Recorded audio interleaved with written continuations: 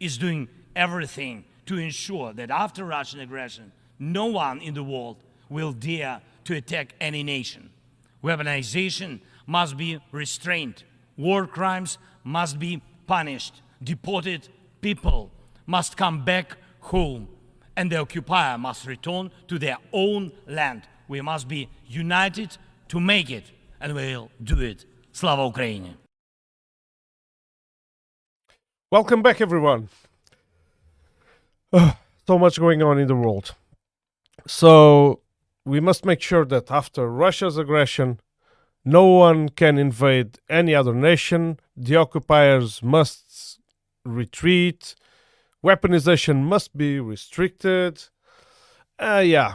So good luck with that when you address your sponsors with those ideas about de-weaponize and de-occupy several regions that they hold throughout the world in a space which they consider their backyard. Anyway, great speech from Zelensky. Not so good news for Ukraine. But before Ukraine, I want to go a little bit to other recent other recent events, namely the region of Nagorno-Karabakh. You know, this region has been in dispute between Armenia and Azerbaijan since the fall of the Russian Empire. Many conflicts happened throughout the 20th century.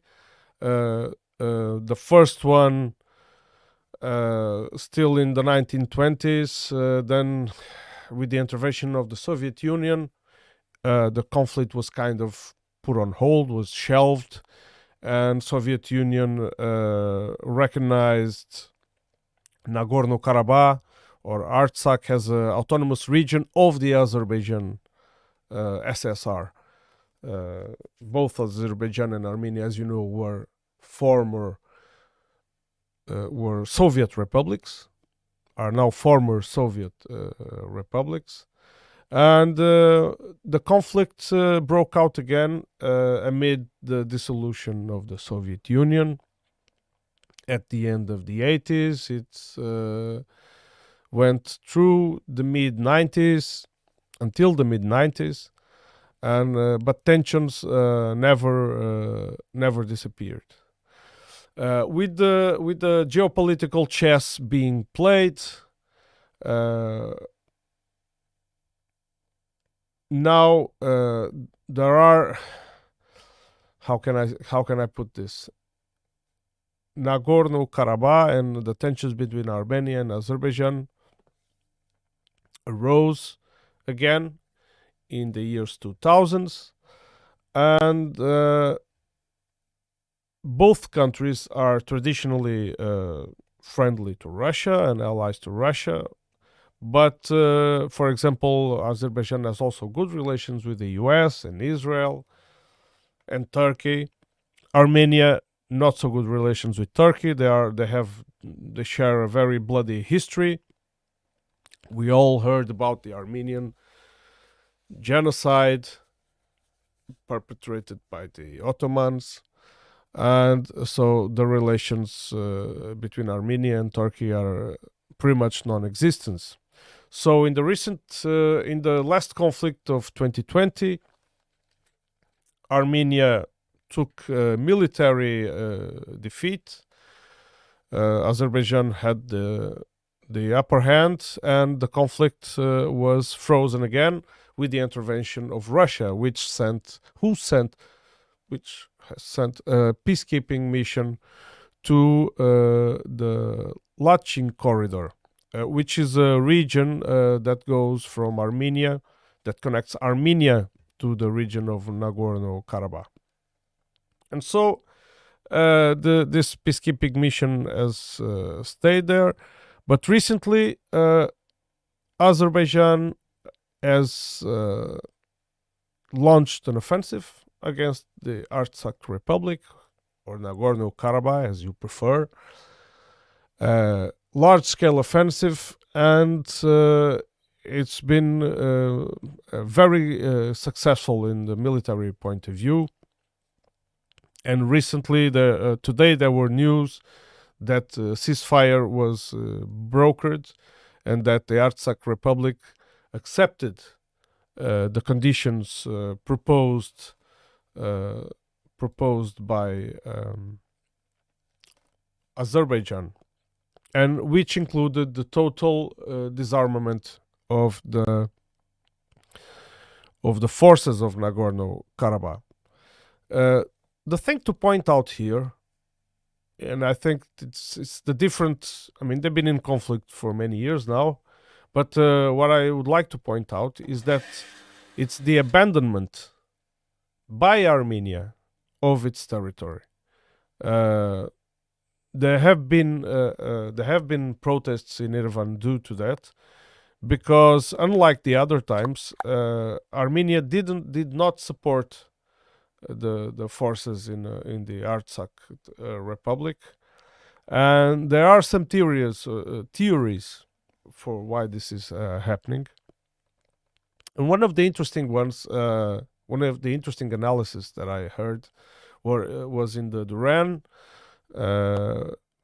Actually, a show that I recommend everyone, by the way, Duran or Alex Mercouris.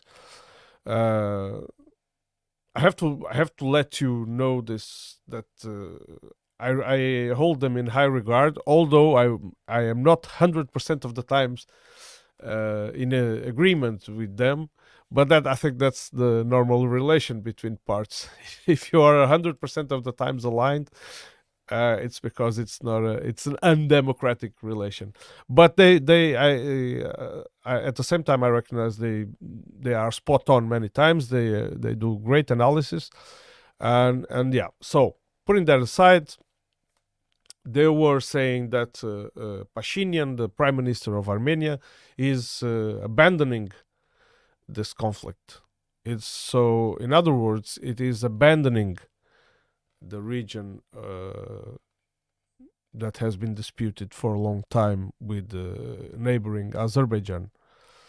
And the reason for this, they claimed, was that it's working hard to approach European Union with the ultimate goal of belonging to this organization. If it is so, this won't be taken lightly by Russia. Of course, there have been accusations, because Armenians, for example, Pashinyan accuses Russia of betrayal, and I can read, for example, news in the Eurotopics website that says Armenia's love affair with Moscow is over. Juntarnij list surmises. Another Putin ally wants to cut ties with Russia, it says. Yerevan is distancing itself from its former Moscow patron saints and seeking protection in the West. This about turn is no coincidence. Armenia feels betrayed by Moscow because the latter didn't support it in 2020. In 2020 was the conflict where Azerbaijan took the military upper hand, and the Armenians felt left out by Moscow. When its war with Azerbaijan reignited, Turkey supported Azerbaijan militarily and politically. By contrary to expectations, Armenia received no such support from Russia. Yerevan accuses Russia of being passive and indulgent towards Azerbaijan because it doesn't want to hurt its good relations with Turkey. Another channel, 24 TV, bear in mind this is a Ukrainian channel. One can read, Russia is supposed to be Armenia's ally. The two countries built up partnership, That is actually true, especially when it came to arm purchases. Today, so has Azerbaijan, by the way. Today, the aggressor country has its major problems of its own due to the war it is waging against Ukraine. So there are implicit ideas here that Russia has abandoned Armenia because it's somehow bogged down in Ukraine, and so it cannot attend this conflict properly. Armenian Prime Minister Pashinyan said it was a strategic mistake to have relied on Russia, but they had no other choice. The situation is serious. If the situation threatens to escalate, Armenia is much weaker than Azerbaijan. Well, this was in the 9th of September, so this was before this latest day's escalation. So this is exactly what it happened. The presence of Russian contingents is purely symbolic. It's about 2,000 men. I do not know that all the statements that Pashinyan does are completely true, or at least I am not sure if this is the real reason for Pashinyan turning to the West. Because remember how Pashinyan got in power? He got in power through a color revolution called the Velvet Revolution of Armenia. And they held the first elections where he was elected in, which was one of the main demand of this revolution. So Pashinyan was elected in 2018 for the first time, and the second time in 2021. And despite this revolution had all the signs of being a typical color revolution sponsored by the Western powers, where they typically brew NGOs, brew movements inside of the country, and when they are well cooked, let's put it this way, and matured, they support the opposition to overthrow governments that are undesirable by the West. So this sums it up, this modus operandi.